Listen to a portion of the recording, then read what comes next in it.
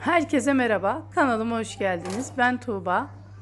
Yine çok hoşunuza gideceğini düşündüğümüz güzel bir tarifle karşınızdayız. Pamuk kek yapacağım. Gerçekten birazdan kesince göreceksiniz. Pamuk gibi bir kek tarifi.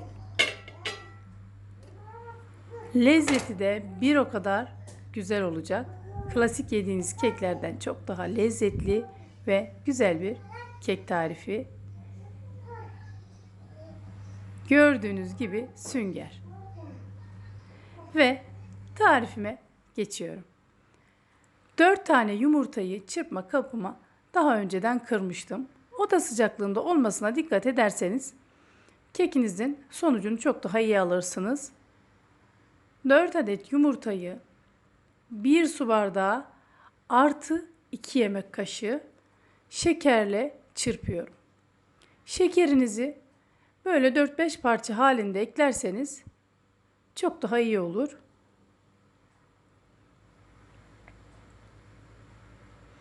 İyice köpük köpük böyle krema kıvamına gelene kadar çırpalım lütfen. Çünkü keklerinizde güzel sonuç alabilmek için yumurtayla şekeri ne kadar iyi çırparsanız inanın sonucu da o kadar iyi oluyor. Bütün denemelerimde ben bunu artık tecrübe edindim. İyice köpük köpük krema kıvamına gelen yumurtayla şekerden çok daha güzel sonuçlar elde ediliyor. Ve yumurtayla şekeri çırptım. Harika köpük köpük krema gibi oldu. Şimdi blenderımı bir kenara bırakıyorum ve bir çırpıcı alacağım. Bu saatten sonra blenderla çırparsanız iyice kabartmış olduğunuz yumurtayı söndürürsünüz. Boşa gider. O yüzden bunu yapmayın.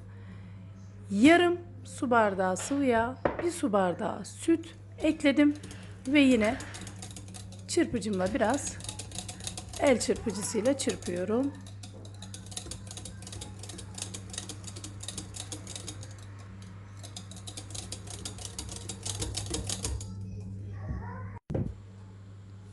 Üzerine 2 su bardağı, tepeleme 2 su bardağı diyebilirim. 2 su bardağı un ve yarım su bardağı da nişasta ekleyeceğim. Nişasta eklediğiniz keklerden daha sünger gibi ve daha lezzetli sonuçlar alırsınız. Bunu da size belirteyim. 1 paket vanilya ve 1 paket de kabartma tozu ekliyorum.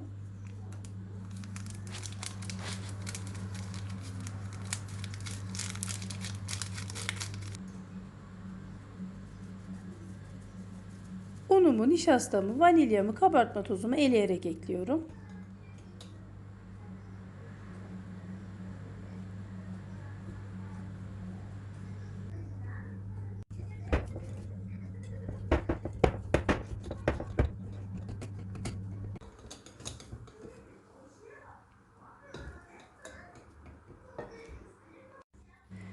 Ben üzümlü kek yapmak istedim. O yüzden bir çay bardağı kadar da üzüm ekleyeceğim. Üzümlerimi eklemeden önce bir yemek kaşığı daha un eklemek istedim.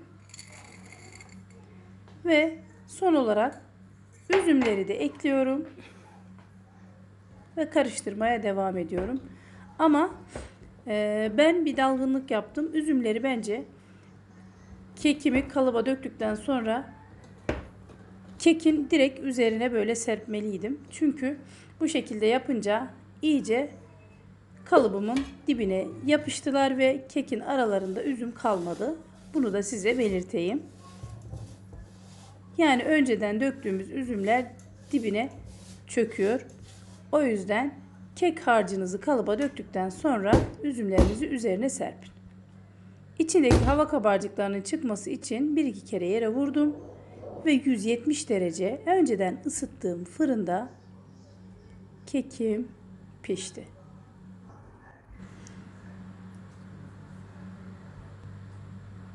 Çok güzel de kabardı.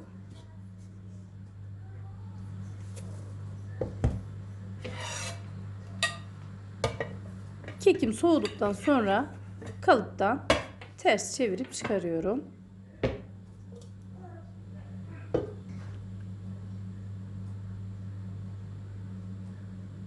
Görüntüsü bile harika zaten.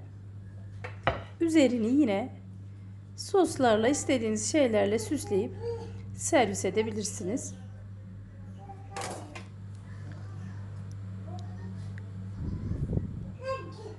Ve kekimi dilimleyip size iç dokusunu da göstereceğim.